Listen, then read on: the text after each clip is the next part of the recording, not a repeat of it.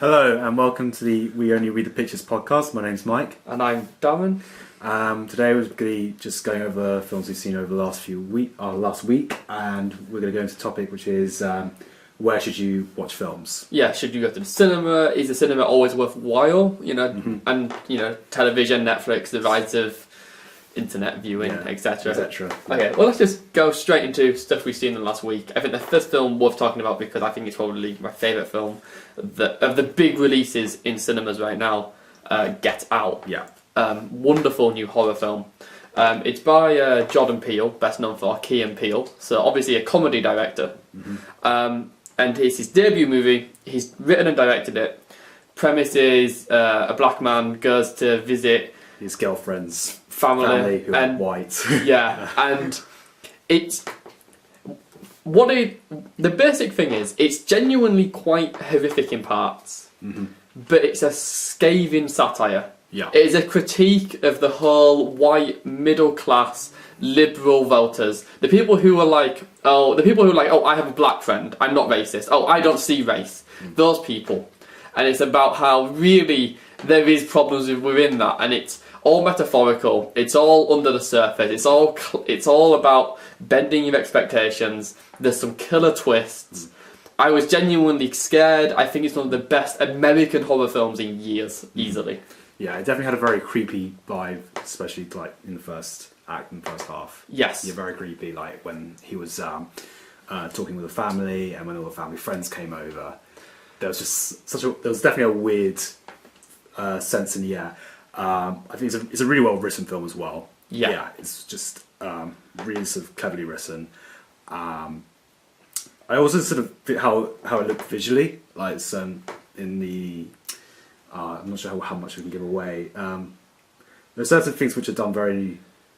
How do we explain? You know what I'm talking about. Yeah, I know what you mean. There is one particular sequence that is visually different. Yeah. I think if it's a sequence I think you're referring to, it most reminded me of Under the Skin. Oh yeah. That's a perfect example. Which I would say is actually the last horror movie that was better than this. So, actually, Under the Skin isn't really a horror movie, but okay, it's a very good blend of horror and comedy. Yeah, I mean, it's not something that I was laughing out loud at. But there's clearly black comedy all the way through. Yeah. And a lot of it is it's something you don't want to laugh at, because a lot of the jokes are quite race based, and it's weird to laugh at it. But if you think about it, you understand its point. Yeah. And I think the film's point is about race in America. It is about how race is becoming less of an issue for a lot of people, for white people, but it still matters to others. It definitely has all that within it, and at the same time, it's also genuinely scary. It's genuinely thrilling. The ending is an ending for the years. It's a brilliant ending that you won't see some of it coming. I genuinely, I went in and I thought I knew it was what it was going to be, and it wasn't that. So yeah, I'm thoroughly impressed with it. I don't think it's flawless. It is a little formulaic. If you've seen enough horror movies, you know exactly how it's going to sort of go. It also has a couple of superfluous subplots. But in general, I am so impressed. I think it's the best horror movie since The Babadook, or since A Girl Walks Home Alone at Night. It's the best horror movie in 2 or 3 years, and I think it's great. It's wonderful. Yeah, go see it. Yeah, definitely see it.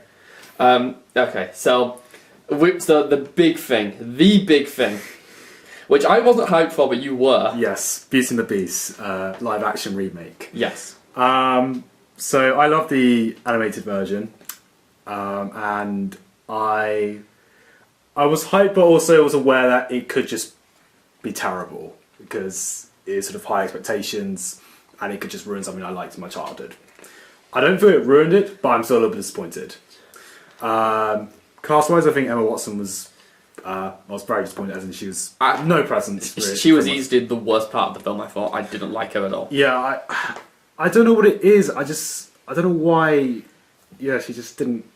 I think back. I don't remember anything.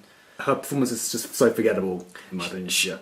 to me, it felt like she just didn't seem to be there. She didn't seem there on screen. She had no presence, and I think every time she had to get emotional, she couldn't do it without it being very, very simplistic. It never felt genuine, and I also felt that her singing never sounded right as well. Yeah, her singing, you can tell it's auto-tuned, but it's not the best. And I think she's just too big for the role. There's always a thing when you have a huge actress with an iconic role, and I just can't get behind beyond the fact she's just Emma Watson. Yeah, and I don't feel she's playing a character. Which is really stupid, because there is actually films Emma Watson has been in. I would cite The Perks of Being a Wallflower or The Bling Ring as films which I don't think of her as Emma Watson. Yeah, she does play a good character. Yeah, so she can act. Yeah, exactly. But this was just disappointing. I definitely like this film less than you. I just thought it was. I think it was too generous when I first saw it. If anything, the more I think about it, the more I dislike it. I think I still enjoyed, when I was watching the film, I still enjoyed it. I laughed along. It was very enjoyable, that is true. Yeah, and I do feel my main criticism is that I was watching, so section by section compared to the animated version, and I'm just thinking, I prefer the way it was done in the animated. Yeah. Like, from the, mostly with the songs, I just prefer the animated version.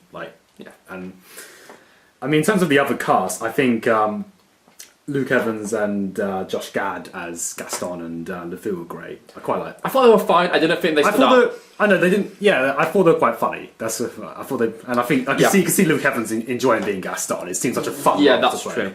I thought the person who there was someone who really impressed me back then. Dan Stevens? Yes, Dan Stevens as the Beast was by far the most impressive thing. Yeah. The Beast genuinely has a character in this film. He genuinely has a personality. And I genuinely thought the Beast... This is a very, very, very tangential thing. But there's a point in it where the person he most reminded me of was... David Boreanaz in Angel, the TV series, the Buffy spin-off.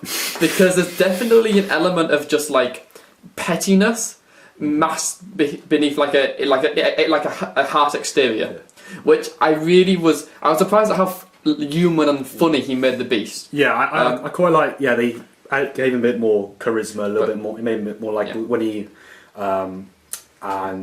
he made jokes. Yeah, I mean, I have no attachment to Beauty and the Beast. It wasn't an animated film that I grew up with. In fact, I watched in the run up. So on the day before. 2 days before I saw this version, I watched the 1991 original, and I thought, yeah, fine. It's not the high point of Disney, but it's pretty good. And then the day after, I watched the version that's most acclaimed by everyone except the public. I watched the 1946 French version of the story, which is by Jean Cocteau, which is and then I saw this version. And of the three that I saw in 3 days, this is easily the worst. What really struck me about it is, first of all, it's definitely a remake. Because it is definitely that 1991 animation done. Because it has the same songs, all the bits of the story... Same costumes as well. Yeah, all the bits of the story they changed for the 1991 animation are the same changes are here. Yeah. The 1946 French version is by far my favourite of the three I saw. Because it was the only one that was actually It felt like it was about something, and it was also the most... I really was charmed by it, and it had this very authentic feeling to it. The 1991 of it is just very much kiddie movie. Yeah, sing. And this remake's not quite kiddie movie. The 46 one is just a proper fairy tale. It feels like a fairy tale in every way. If you're going to watch Beauty and the Beast, go for Jean Cocteau, 1946, best version of the film I've seen. And I did not have any biases going in. I just watched all three back to back. I had no clue what was going to be best. My big problem with the 2017 version, for one thing, is it's 45 minutes longer than the 1991 original. And you can feel every single one of those minutes. It is too long. Too fucking long. They should have cut out half an hour of that film. They did not need to go into backstories of Belle, backstories of the Beast. They did not need to extend every action scene. They didn't need to extend every musical number. It is too long. Too long. And I was bored by the end of it. I wasn't bored by the end of it. I actually didn't feel the length as you seem to have felt it. I didn't mind the backstory, personally. Yeah, I don't know what else to add to that. You just don't like the length. I just was like, why have you made it this long? Just to move on to because there's been some controversy about Beauty and the Beast, about this gay moment. Oh, this, yeah. Right, that can go fucking die. Because that is problematic in two ways. One, anyone that is offended by it and thinks it's bad that it's in a movie, you're a bad person. You're a bad person. How dare... Go away. Yeah. Your opinions are invalid. How dare you be offended by this? And on the other end, anyone that thinks it's a great movie, a movie that's yay for gay people, it is not that either. It's one little moment which... It is ambiguous. Yeah. It is not... It is played for laughs, and also more crucially, it's played in the context surrounded by straight people. It's a thing of like, look, there's one gay couple in the straight... Like, no, this is not a win for gay people. This is a movie in which they hint that one character may possibly, just maybe, if you interpret all his dialogue in one way, be gay. But That's not a win. It shows representation though, that's what it is. Yeah, I'll give it that, yay for representation, but you haven't broken any barriers. No. You know, all you've done is you've found the most bigoted people in the world and gone, they get angry. Yeah, well, you know what? Those people who get angry, and let's be honest, they added it in for press. Let's yeah, also, yeah. I mean, I think I'm pretty certain Bill Condon, the director, might be gay. Is he? I don't know. Actually, I hope. I actually hope I'm right on that. I'm not certain. I think he is. Because didn't he make Of God and Monsters, which is about James Whale? I can't remember. The gay director from the 30s? I think he did. Okay. Not sure, anyway, move on. Okay, so other films playing in cinemas right now. Okay, this one, as I saw The Love Witch, which instantly enters my all-time favourite movies ever. The Love Witch is brilliant. If you see a cinema playing The Love Witch, go and see The Love Witch. The Love Witch is superb on so many levels. For starters, if you're a fan of old horror movies, you cannot miss this. You cannot miss this film. Right, so the basic premise of The Love Witch is it's about a woman who seeks a man, but she's a love witch and she uses spells to capture men. But then, like none of the men she captures are good enough. They're all like, right, and it's all like this. It's all about it's all looking at old movies through a feminist lens. It's about deconstructing them through that think piece. Right. And so it's first of all, it is a comedy in many ways. It is not entirely serious. It is very, very straight-faced comedy. There's a brilliant line where one character says to someone else, sounds like you've been brainwashed by the patriarchy, or some line like that, which is like, and that's the tone of the film. The film is like openly just like so overtly taking the mickey out of it, all of those things, that's what it is.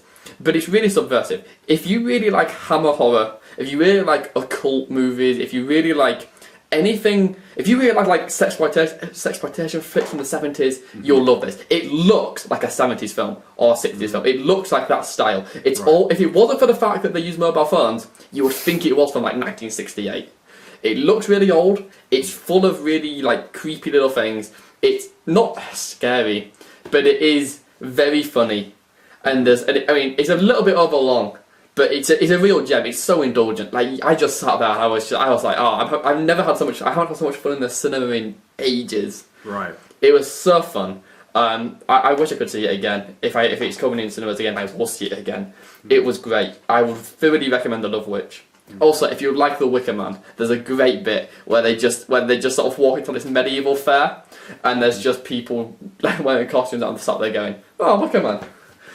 So it's great. So you say it's more funny than scary? You say? No. Well, yeah.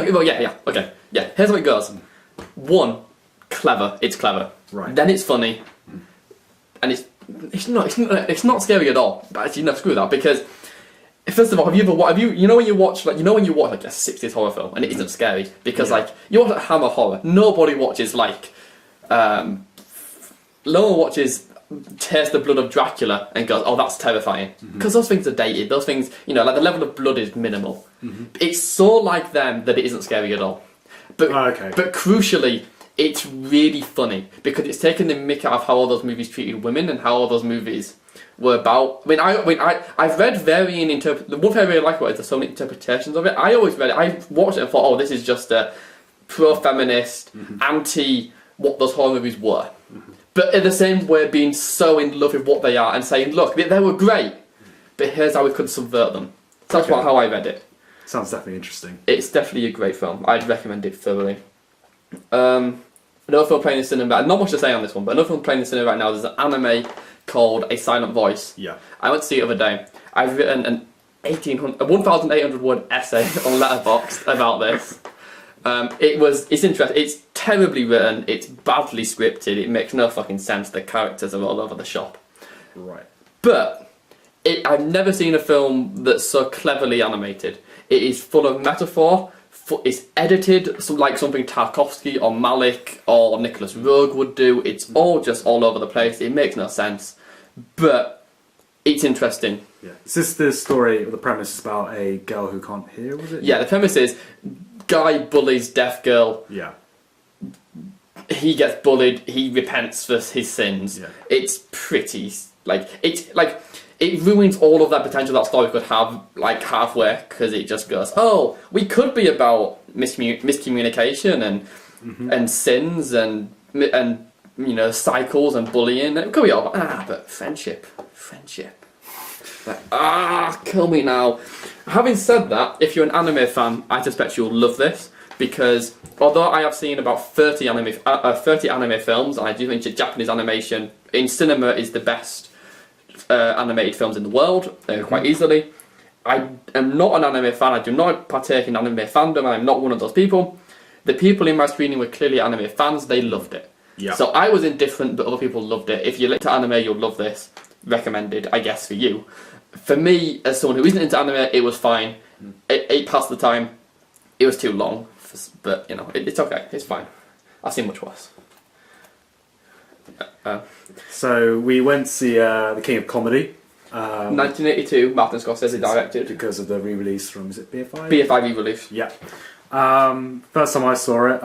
First time for me as well. It was also really funny. it was really funny. Robert De Niro's brilliant. I love his character. Yeah. He acted so well. I just love how just sort of idiotic, but sort of his determination to. Basic idea is he's a wannabe comedian. Yeah. And by sort of struggle, he managed to get a chat with one of the biggest TV hosts, comedians of time, and he's just he's just trying. Even though like we the audience can tell that this TV host is like trying to shun him away, and he's still going and going, like and it's all he doesn't realise that he's been that the TV host guy doesn't want anything to do with him. I thought it was I thought it was a really interesting way of looking at his character trying to become famous and how far he'll go to get fame, and it's another great Scorsese film. It's fun. What's weird about it is that it's both funny and deeply sad at the same time. Yes. I do think it's definitely a very, very strong Scorsese film, as are all of his works. I've never seen a bad Scorsese film. It's far from my favourite. I wouldn't have made like my top 5 or anything. Funny film. It's low down in my Scorsese favourites, but still really good. I thought it was great. I think Robert De Niro is one of his, probably one of his triple of he had that tree. He had Taxi Driver, Raging Bull, King of Comedy. They're his triple of best works, I think, and I think this is probably one of his top performances ever. It's really, really funny in many ways, but it's very tragic. One thing I found interesting was that it's kind of so 1980. It came out in 1983. Here's a random trivia fact: it premiered in Iceland 2 months before any other country. Okay. I don't know why. Which is why when you go on IMDb, it's listed as a 1982 film. But it came out in 1983 in every country in the world except Iceland. Do you know why? Or no, it's just listed as like IMDb trivia was like it came out in Iceland 2 months before any other country. I'm like, why? I don't know. It makes no sense. I didn't realise till you've just told me. Yeah, I didn't mention it because it's the stupidest fact I learned this week. Like what? Why?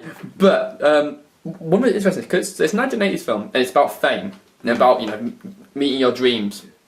It's actually pretty subversive because this is Reaganism. This is the era where all of Hollywood was about. Oh, people can do anything. Greed is good. And this is actually a film about someone who really struggles. And also, if he does make it, it's not positive. No. So I mean, how he became famous is pretty questionable. Yeah, it's pretty darkly satirical. Like, I think it's pretty anti-Reaganism to some extent, which is interesting. Given the time it was released. I think it's probably one of the most subversive works in the 1980s I've seen.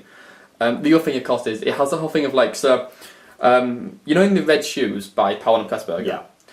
When there's a fantasy sequence and the dream sequences, they look very similar, and you can't really tell the difference. Yeah. Kino comedy is the same thing. Yeah. Like, they feel like their shot is exactly the same. They feel the same. Yeah. It's very old school. Because I was confused about the fantasy sequence. It took me it's only like a scene or two after I realized, oh, actually that was a fantasy sequence. That was my little, I don't know, it's not an issue, like real big issue, but yeah, I mean, it definitely felt significant. Like, it definitely, although it's obviously a 1980s set film, you can tell by so many stylistic choices. It's obviously an 80s movie.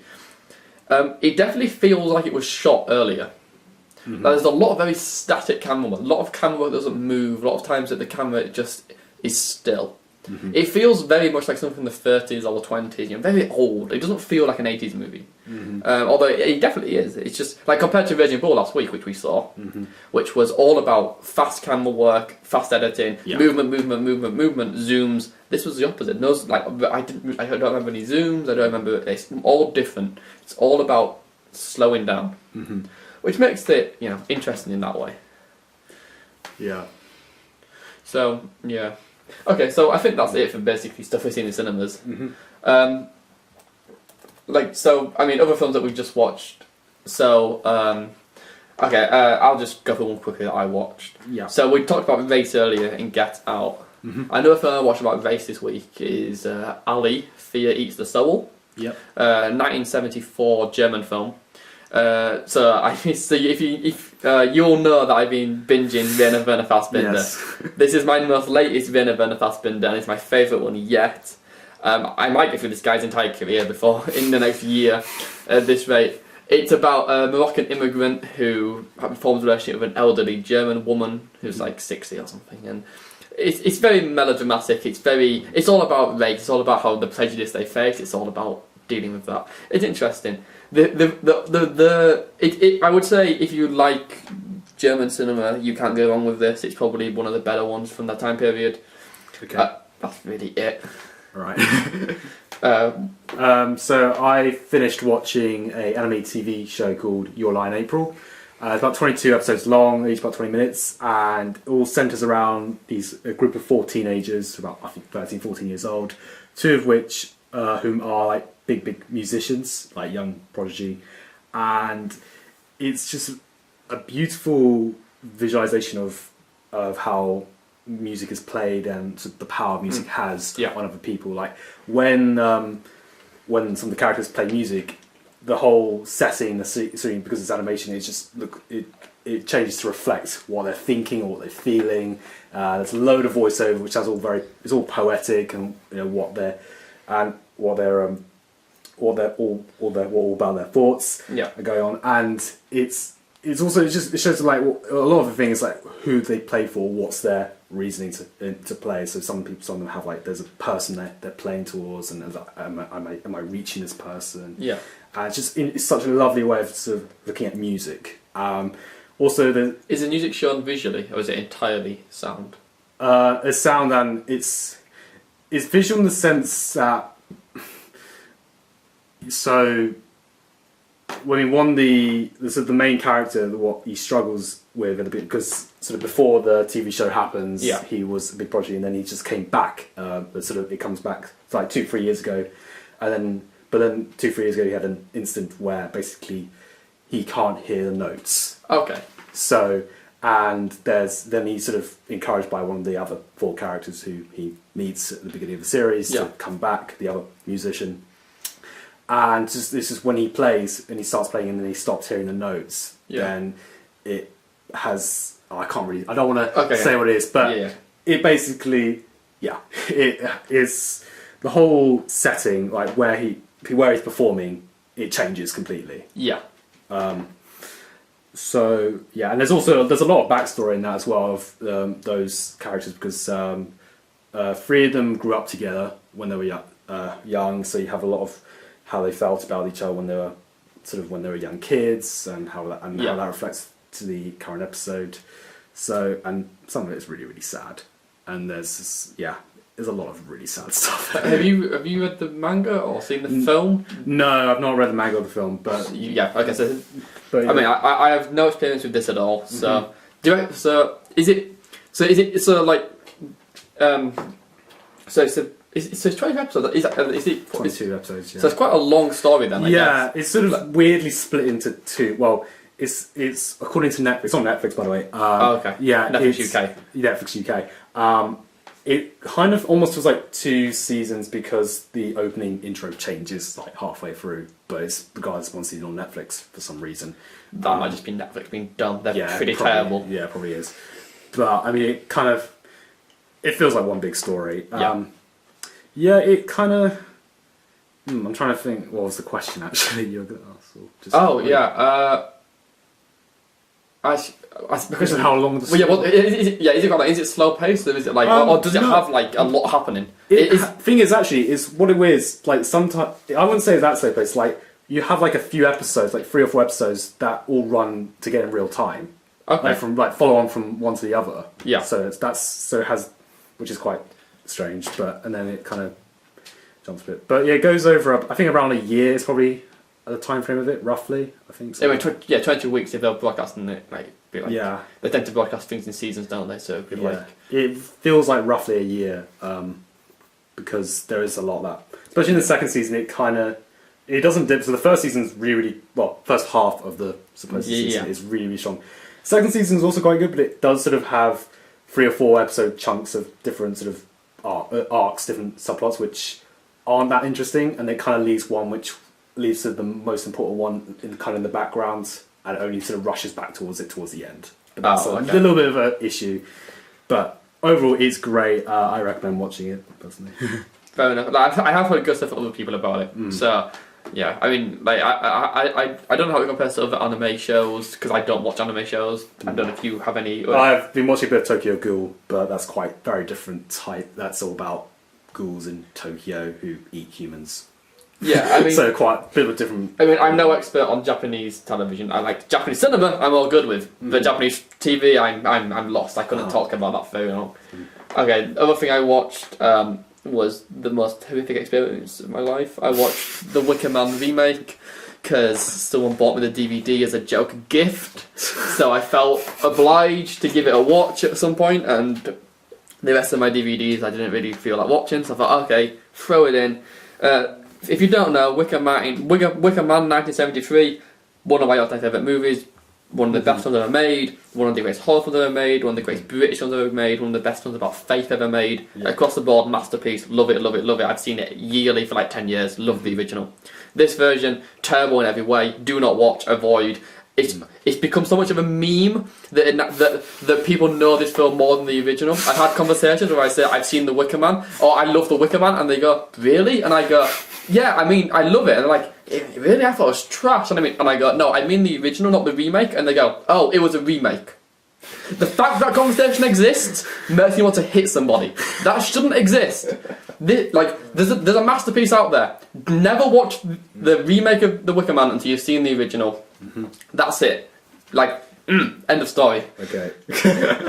Go on. Yeah, I'm not sure I have much to add. I haven't even seen the original, so you should do it. I really should do. Yeah, I will. So I'm gonna move on to the next one, which is Me Before You, which is a romantic comedy released last year. Stars Emilia Clarke and Sam Claflin, and basic story is Sam Claflin is a young guy who has a tragic accident, becomes disabled, and basically can't move his arms, legs, blah blah blah. And Emilia Clarke comes into his life as his carer. She's just sort of poor girl from a relatively poor family, and you can probably guess what happens. Yeah. So, I mean, I really do enjoy it. It's the 4th time I've actually seen it. Fourth, yeah. That was the 3rd. Oh, yeah, wow. No, I've seen it 3 times cinema, which is that's sad. Thanks. And I saw it this week with my girlfriend. I think, despite it having a pretty predictable plot, and it's got a bit of cheese and cliches, it is still really fun to watch. It's really enjoyable. It is funny. It has great humour, and it's characters are lovable. As in, Emilia Clarke is lovable as Lou. Her character, she's just warm and I'd say, regards to the drama, which is not done as well, probably. I still like the way it's done. Although some people can disagree all they want, but I definitely regard it as the weak part. I watch it because of the comedy, because I love, and it makes me happy, and I still laugh. I still laugh at the jokes on the fourth watch. Yeah. So yeah. It's also got some nice music, some Ed Sheeran, if you like that. Okay, yeah. I'm pretty indifferent to Ed Sheeran. I mean, yeah, like, I should never get on this, because you really, really like it. I need to watch this, I think, at some point. I don't think you'll like it, though. I suspect you'll get frustrated. Probably. I reckon you will. It's on Netflix. There's very few romantic... I'm not, like, I actually quite like a good... let me think about this. There's some rom-coms that I think that I genuinely like. Mm-hmm. But the thing is, when I say I like a rom-com, people go, "Oh, really?" You know, and then they name like generic one. No. Like the rom-coms I like are always stuff that like no one else gives a fuck about. It was like, oh, you know, I like Punch Drunk Love. Oh, that 2002 art film. Well, yeah, it's an art film, but it's also a rom-com. Yeah. Or like, oh, I have a, you know, like. So I feel like I'm definitely like not into mainstream rom-coms in any way, but I will maybe watch this. So I reckon you probably won't like how the drama's done. I reckon because. Yeah. I mean, it does look very predictable. It is predictable. Even before that, like I knew exactly what the ending was going to be. Like I don't know, 20, 30 minutes in, I'm like, there's like one bit of plot where it's like, okay, I see where that's going to go. I'd be surprised if they're both alive by the end. But obviously, don't say. Yeah, other things I watched another piece of trash. I watched Tim Burton's Planet of the Apes remake because. How does that compare with the original? The fact there's any comparison, it's got the same title. Yeah, it's garbage. Tim Burton makes two. I don't like Tim Burton. Like I get that he's very appreciated, and I get that some people like him. I am very, very indifferent towards him. I do not have a particular fondness towards his works. Mm-hmm. To me, he seems to make two kinds of movies. He seems to either do, oh look, I'm a goth, quirky, I'm a goth. I don't need to add any substance, just need to be a goth. Yeah. That's type 1, and I'm like. Fine, I can live with that. Yeah. I think you're quirky as fuck, I need to calm down, but sure. And then alternatively, he goes, you know that piece of pop culture you like? You like Charlie and the Chocolate Factory? You like Alice in Wonderland? You like Dark Shadows? You like Planet of the Apes? I'm gonna remake it! And I'll put Johnny Depp in it. And I'm like, oh, fuck that. No. At least Planet of the Apes doesn't have Johnny Depp. Yeah, I was about to say. It does have Mark Wahlberg, which is not an improvement. He's fine. Never ever watch this because there is 8 other Planet of the Apes related movies and 7 others, and every single one is superior. Even the most trashy of those, which would be Battle for the Planet of the Apes. Never ever ever watch this version. Okay. It sucks. Okay, I won't watch it then. Yes, please don't. Not until you've seen the others, at least. Yeah, even so. Even so, you could skip this and the world would be a better place. Okay, so the other day I saw Tangled, which is the first of the Disney CGI animation. Yeah. Yeah. It's also the most expensive animation film made, I think. I think you're right. Yeah. I think it is. It's fine. I enjoyed it. It's a pretty standard Disney princess film. You know, she's trying to find story where she's trying to find herself, meets a guy, goes on an adventure. Is it a standard? I heard it was quite empowering. Like the princess actually had stuff to do, and like actually was like not just like a love interest. Okay, yeah. It's not like. But I haven't seen it. Just to clarify. No, yeah, she does do stuff, and yeah, she. Yeah, no, it's not like just like really traditional, like where the princess does nothing. No, I enjoyed it. It has some fun character dynamics. Some parts were really nicely animated. Yeah. But it's sort of, I'd say in comparison to I'd say it's better than Frozen, but it's not as good as Moana. That's where I put it roughly. Okay, but fair enough. I think Moana's great and Frozen is meh. So yeah, it's kind of in that middle ballpark. Yeah, okay. It has some decent songs as well. Well, as in the songs are decent for Disney, which is still pretty okay generally. Yeah, I mean. I definitely might have like a shriveled heart of darkness because hey, come on, no, but because I definitely Disney doesn't do much for me. Like, Yeah. Disney are just fine. I don't dislike Disney. I've never seen a Disney movie without being like, ugh, this sucks. Excluding the like direct-to-video garbage. Like, there's proper films. I've never seen one that I'm like, oh, I hate this. Yeah. But I've never seen one that I'm like, oh yeah, this is perfect. I want to watch it every day for the next 20 years. Never had, like, they're all, but I hear all the time from people that they're brilliant, and I've never had that experience. Okay. But I feel I should move on to just like what we want to talk about. All right. Cool. So, where should people watch films? How should you watch a movie if you want to watch a movie? So we were just thinking of options beforehand, and we were like, well, you can go to the cinema. Yeah. You can watch it on, you buy Blu-ray or DVD. You can watch that. You're on Netflix, Amazon Prime Prime. or any other video on demand, be it iPlayer, you know, Artificial Eye, if you're in the UK. You can pirate them nowadays. You can watch them on your phone. You can watch them on TV, yeah, broadcast, yeah, or on like catch on BBC iPlayer. Yeah. And we were thinking, is there any? What's the best place to watch a film? And I think there's one answer. The cinema. Yeah, like obviously, if you can, cinema is best. Yeah. Like, I mean, in the reason the cinema is the best, I think, is multiple. I think one, it is the most pure version of a film you're going to watch because there's no distraction. You're in the cinema, there's a big screen, there's lots of sound. In a black room. Yeah, nothing else. There's no no one else is talking, there's nothing else to distract you. That's it, you're going to just watch a film. You get the pure experience. I think it's also the audience factor. But second, it was going to communal. If it's a comedy, everyone laughs. If it's a horror, everyone jumps. You get the communal aspect of it. Everyone can interact. You get the sense you are one of many. It's a thing. That is why it's worth seeing in the cinema if you can. I think there's also a sense of how a theatre or cinema looks like if you include the seat floor plan. Like, especially if you're in the back and you've got that sense that you can see the audience and obviously the screen. I quite like that. Sort of. You're kind of looking down on people.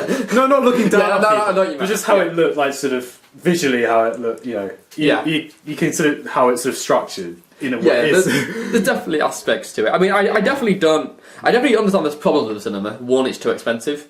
Two, the quality of films is mixed. You might not know whether or not a film's going to be good before you go see it.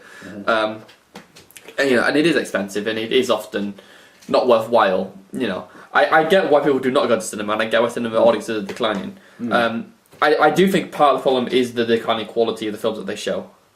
And I do think part of that problem is that they are increasingly showing films which really only cinephiles care about, or they're just very, very brainless mainstream action movies.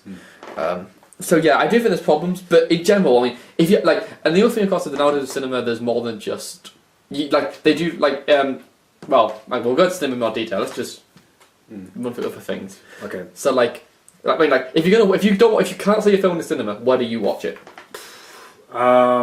Well, check if it's available on Netflix first. Okay. It depends, like, if it's a film if it's available on Netflix. It depends on what's the cheapest option. I'd rather watch it on, depending on what it is, I tend to rather watch on a screen, like at home, like a TV screen. Big TV screen, yeah. It depends on the type, in terms of if I didn't have Netflix and I try to avoid pirating. Yeah. Generally, I don't really like doing it personally. Yeah. Just, I don't know. So I just generally avoid it. I mean, I'd only pirate generally I just don't pirate it. But if it's a film which I know is shit, and I just I'm not going to contribute more money to the studio or whoever. Yeah. I mean, I mean, my experience with watching movies is pretty simple. If it comes to mainstream stuff that I think is generally widely available, so anything big, anything recently released, most American films, most Hollywood movies, those sort of things, I would rather not pay for them, because if they're big and they're from a big studio, Disney don't give a Disney ain't going to lose much if I don't pay for it. So in those regards, I'm fine with just Netflix. I would never buy my DVD. I'd always if it's on Netflix, I'll watch it. If it's not on Netflix, I'll pirate it. Or something. Or watch when they're on television, which, is fine. Yeah, that's fine. Or iPlayer. But I wouldn't go out my way to watch them. My problem, the big problem I have is when you watch something earlier when I watched Ali Theories I Saw, German film, I can't find that on Netflix. I can't find it on DVD. Yeah. Because it's an obscure German film. So I had to pirate it. And the worst problem actually is that often what happens is films, sometimes I watch films that are obscure and they're not even available to pirate. I tried to watch other films like Fassbinder, and I couldn't find them. They don't exist. Other pirate sites don't have them. So then I buy the DVD because DVDs tend to exist even if they're expensive. So which is I then don't buy them. But it's like I think it depends on costing. If you can, for smaller foreign stuff, I think you should always try and pay because they need the money. Yeah. Big stuff, I don't give a crap. I will pirate the hell out of it. I feel it's like if I really want to see something, I would like to pay personally. Yeah. I mean, if I think a film is deserving of money before, if I reckon the film's going to be deserving of money, I'll pay for it. If it's not going to be deserving of money, I won't. And if it's hard to find, I will. I mean, I try not to pirate foreign films because I do think that they don't get enough exposure, and I would like to give my money towards the various studios. Yeah. I mean, I'm currently subscribed to the BBC, the BFI player, which gives me access to plenty of foreign and obscure films from the BFI archives, which I wouldn't get if I was subscribed to Netflix or Amazon. So I do think that it's harder to find those little films, but in general, always like high quality, big screen best. Television's always number one. Laptop I can live with. I will never stoop to phone or tablet. Doesn't seem right. I mean, some tablet I don't mind sometimes, although I don't watch them. I still have a few films on my iPad. Yeah. And it's okay. Like if I'm on a train, say it's when you're on the move. It's quite convenient. Yeah. Laptop is kind of nice if you're like in your room, like sitting on your bed and you just want to watch something. Yeah. I feel that's quite nice. I mean, the thing I have to find is that like if someone's using the TV, like someone's watching on the TV, I'm like, I'm using my laptop to watch a film. I can do that. Like, that's fine. But if given the choice, I would always go television because big screen. Yeah. Even if I can't even get it. Sound as well. Sound. Yeah, because also when I watch it on my laptop, I tend to use headphones because if I watch it on my laptop, I generally don't want to like inconvenience people, so I have headphones on. So that's just which I mean is not as good as surround sound or big sound which you get. Do you think it could also depend on the type of film you watch to some extent? Like if you're comparing to like I don't know watching a big action film which is all spectacle, that may be a bit more suited, but like to watch on a big screen than. I know something a bit more of a smaller drama. I've heard that argument a lot from a lot of people. Yeah, a lot of people go, I like to see spectacle on the big screen. If I'm going to watch a big action movie, that'll be the reason I go to the cinema. Or if I'm watching that, because I think that's what a lot of people do. Right, and if that's how you see it, that's fine. I have not had that experience. To me, spectacle is spectacle, and if it looks good, it'll look good on any screen. I think to me that's to me. I mean, this might be me, but to me, big action scenes are not the reason I buy a ticket. Generally, yes, see the film. So I'm not fussed about seeing a big action scene on the biggest screen possible. Like apart from the general gist of I like to see all my films on the biggest screen possible. No more than a drama, would I say, for an action film? Because that could also feed into whether you choose if you're going to buy either the Blu-ray or the DVD. Because I know some people will buy Blu-ray if it's a big action film because obviously how it looks and don't really bother buying Blu-ray if it's just if that's how you see it, that's how you see it. But I think every film's improved in HD. I don't think action movies are improved as percent wise. I don't think if a normal movie looks 10% better, so does an action film. I don't think it really changes for me. But I get that other people have that. I disagree, and that's fine. I'm not saying otherwise.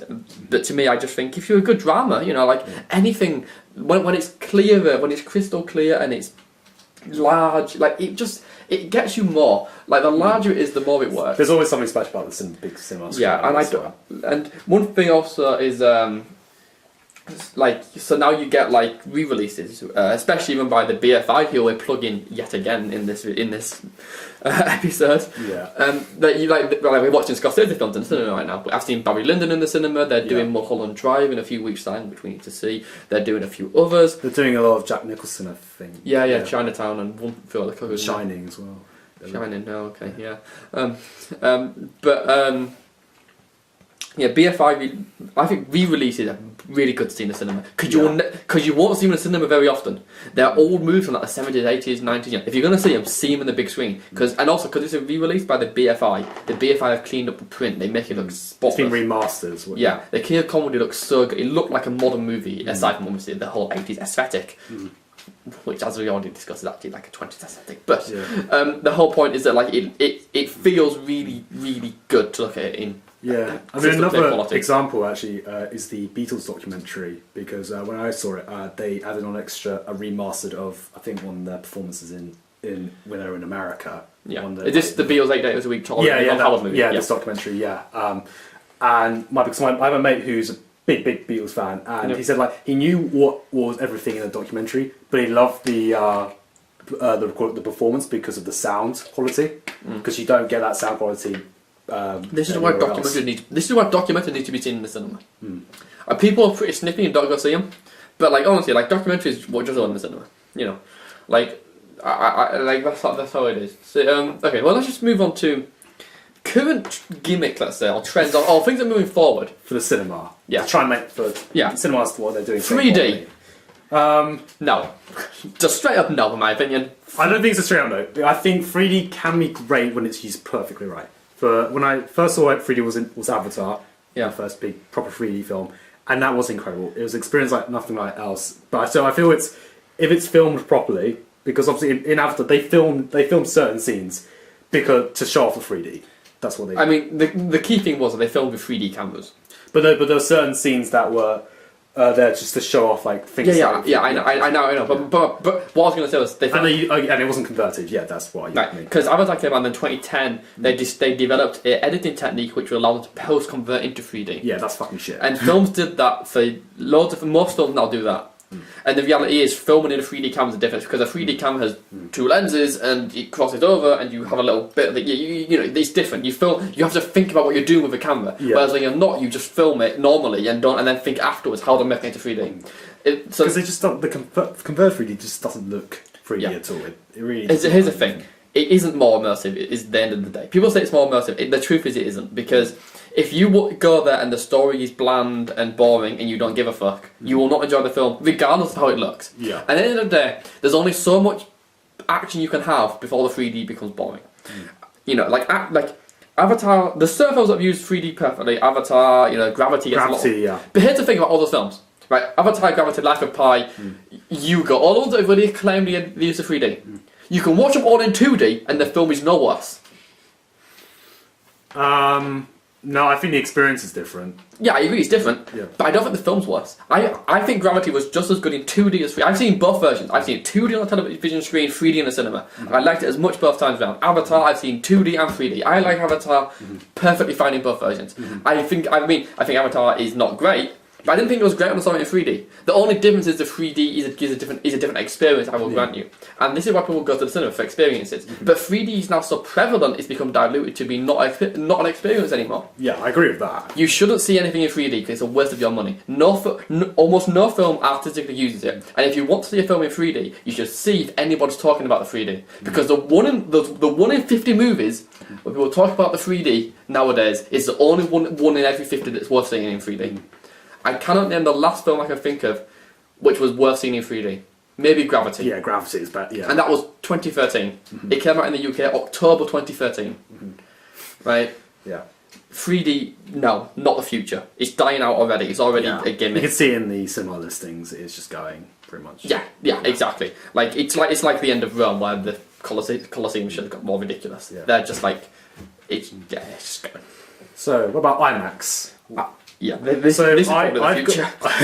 So I've gone to IMAX a lot of time because actually, when I lived back at home, the Waterloo IMAX was actually one of the easiest cinemas for me to get to. Yeah. And for certain films, I think it's absolutely brilliant. Things like I rewatched Interstellar when they did an IMAX re-release, and that was incredible. That was absolutely incredible. Just the sheer size of, I think it's like the height of 4 double-decker buses or something like that. Yeah. The size of it and obviously, it says it's all about, size. Oh, I saw Gravity as well in IMAX. Those are the two films that you should definitely IMAX watch. I think obviously for certain films it works. Obviously, if a film's not got any bit filmed in IMAX, then why bother? Or but it's definitely, it's incredible with the screen of that size. I'm not sure with the future of cinema because if people are going to cinema only to see spectacle, IMAX will be the ultimate way to see spectacle. Plus, you see more of the screen because obviously you get the adds some more to the screen, doesn't it? Yeah. Like lengthwise. Yeah. Yeah.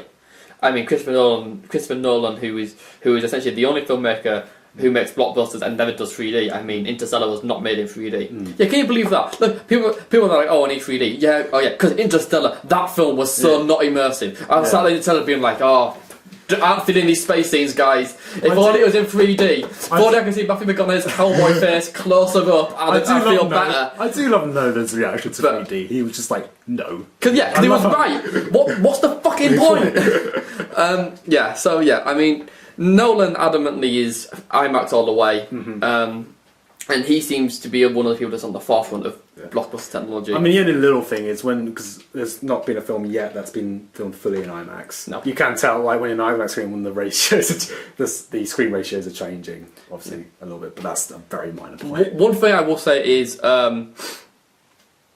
IMAX is the future, what happens to all the smaller movies? I don't know. Which, I really hope it never get. Okay. Should quickly mention D-Box. You can do. I don't think there's anything to add for it. It's shit. It's a gimmick. There we go. Done. Next. Moving seats in the cinema. Don't need them. No, I saw it. Only once for Transformers 4. Didn't have anything to experience at all. Okay. Yeah. Right. Cinema. Okay. This is something I wanted to mention. So cinema etiquette. So the weird thing that because people don't go to cinema often, you can. So as someone who does go to the cinema pretty much at least twice a week, you can really. More than that. Okay, fine. Go on. Let's say twice a week.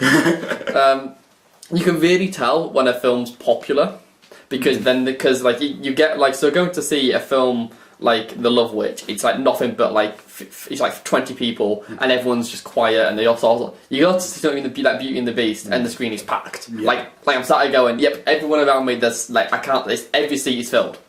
And what's really obvious is that like when you're in somewhere tiny and it's only people who really you've paid us, you're obviously not. Most people who really like cinema, it's just people quiet and watching a film. But then you get people, but like in Beauty and the Beast, in like my screening, there's people talking, people using their phones, all the way through. And so you go, clearly you either don't go to cinema much or you're just a dick. Like, just let me watch the film. I don't want to hear you talking or see you using your phone. So just generally don't do that. But I do want to mention, do you reckon people are increasingly less accustomed to go to the cinema, and people are increasingly less polite in the cinema? Oh, I don't know if it's been trending or something. I think some people have always sometimes acted not so well. I think maybe because obviously we've been cinema more often that we see it more. Yeah, I mean, I was reading in that there's a cinema I think somewhere in America that wanted to have like text screenings where you would be allowed to text when you're in the cinema. Because young people complained that they were not allowed to use their phones in the cinema. And at that point, I'm like, oh, come on, really? Have you ever seen someone get kicked out of cinema? No. I have. Really? Yeah, it's weird. It's like just a group of teenagers, and they were too loud, and they got kicked out. Yeah. So, it was many years ago. I was in the screen for The Silent Voice, which but it's a subtitled film, subtitled at the bottom of the screen. And there's clearly and there's a packed screening for like anime fans, and you can always tell who the anime fans were, because they all have like references to like to their fandoms and stuff. But there's a dude in front of us, and he was watching the Aussie. He didn't think, but he like put his arm up and like rested it on like the back of his head, and I was just sat there going, "What? I think, what are you doing? I can't read the. Like, if you're gonna put like." And he kept there for like 5 minutes, and I realised I'm thinking, "What? Are you, like, I can't even read the subtitles now. Like what?" And so the guy was thinking, I was like, oh, come on, really? This is what you're gonna do in a cinema? Like, it's not even like rude. It's just a case of he didn't think. I started going, that's weird. Like, I would never think of just doing that. Like, just rested, like leaving my arm in the air for quite a while, blocking the view for everyone behind me. But the other thing, of course, is what sort of cinema do you go to? Do you go to the big multiplex or do you go to the smaller ones? Well, I personally go to the big multiplex because with Odeon, because I'm limitless, and it's for free. And if there's a film that I can't see in Odeon, I will see it in a indie, a picture house cinema, which we call Bar Film Theatre, which we go to. I always advocate going for the smaller cinema if you can, because small cinemas need your help. And smaller cinemas, if without them you wouldn't get as many films released in the UK as you do.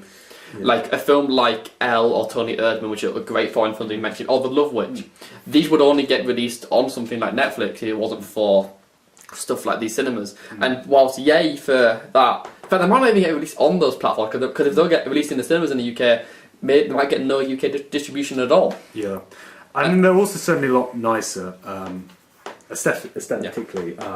Obviously, the Bath Little Theatre is a bit of a theatre vibe to it. Some of the London Curzon theatres also look really fancy. And I mean, they have an individual feeling to them. Multiplexes feel very generic. They just feel like it's just with only like carpet, you know. Yeah, I mean, all the popcorn. It's walk in and eat the consumerism. Like there's nothing but just consumer commercial. Yeah, everything is sold out. Hot dogs, anyone? Yeah, stuff. It's all like that. Which is what's different in a smaller independent like cinemas. Like I mean, Little Theatre itself is part of a cinema chain, so you know it's not. But it's still a part of a cinema chain of purely small cinemas. Yeah. The big thing I will say is big movies. Although I would generally say if you're paying for your ticket, smaller cinema if you can. Also be aware of them because they play films you might not see otherwise. Well, I suppose the multiplexes do have bigger screens. Bigger screens. So if your big screen matters, go multiplex. Always go multiplex for big screens. That's what matters. If that's what matters for you. I personally find that they're big, but I don't always need big. I do find if there's a big blockbuster that's really really big, I sometimes book for the screening in the biggest screen. Yeah, I try to do that. But I'm not so bothered about it. Obviously, I feel like we've pretty much covered everything we really want to talk about. Oh, there is also this trend now of like theatre productions and operas where they screen them live in the cinema as well. Mm-hmm. Which I'm like, oh, that's weird. I'm half curious to try it out. But yeah, I'd rather go see it. I suppose it is. I mean, I suppose it's good in the sense that it opens. I assume it will be a heck of a lot cheaper than theatre. And it does open it up to more people. It's good for both cinema and theatre because they sell out generally. Mm-hmm. Because people want to go to the theatre, but obviously theatre's only one performance and it's small and also there's less showings and it's difficult to get into a theatre performance, and also people live far away from a theatre quite often. Yeah, cinemas are more widespread, so I get the appeal of it. Also, I suspect. And it's good for the cinema, good for the theatre. Cinema does well out of them, theatre does well out of them. Yeah. I mean, I get why they exist. Personally, I'm slightly going, if I'm going to cinema, I want to see a film. But if you like them, fair enough. I do find it amusing when people go and see stuff like Shakespeare, because I'm sat here going, you could just watch like a Shakespeare film. Or, like, Shakespeare's not like an obscure one. Yeah. I'm curious how those live things do. Do they just have... Do they have a few different camera angles, or that's what I'm curious about. If it just literally is one camera and you watch it like a play. Yeah, but I've noticed they increasingly show National Theatre live and stuff like this, which I guess. I mean, it's popular. It always seems to sell out, so people like them. But yeah, I don't think I'm ever going to be doing that anytime soon. Unfortunately. Okay. But I think that's it. I feel like. What's going to happen in the future is just less and less things that get shown in the cinema. We're moving to a world where more and more stuff's going to be Netflix and internet based. I mean, indie films now get video on demand releases all the time. They don't get cinema releases. It's sad. It is truly sad. But that's the way the world's going. Cinema's dying, and the internet is rising. Although Netflix do have a terrible, terrible system for releasing movies. Just to clarify, I hate how they release original films, but how they do it. Yeah, it's kind of sad to think about it, but yeah, like it definitely is because like films are always there to be seen in the cinema, almost always. But increasingly, people don't. I mean, it's convenience. People don't want to go to the cinema. People want to stay at home. People like how their home feels, and that's fine. I don't have a grudge against anyone that doesn't. Well, it's also money as well. Yeah, I get why people don't want to go to the cinema, and that's fine. I intend to keep on going. So I think we don't realise it because obviously we're on Limitless, but when we have our friends go cinema, I realise it's like £10 for like one ticket, and yeah. So I mean, it's definitely an interesting idea that cinema's going to die, because it is. I mean, audience numbers are down, have been down for years, and they're going down year on year. So and the problem is, I do believe a part of that is that. Films are worse, and also there's more access to films. People could stay at home, like we talk about the Beauty and the Beast remake. People could just go home and watch, the original, So it is. I suspect that's my conclusion to this. Yeah. Area of topic. Okay. I think this is a wrap up time. Yeah. So thanks for listening if you do. Letterboxd descriptions in description for who we are. Follow us. See what we're watching. Subscribe to iTunes. Etc. Blah blah blah blah. And yeah, thanks for listening. Right. Bye.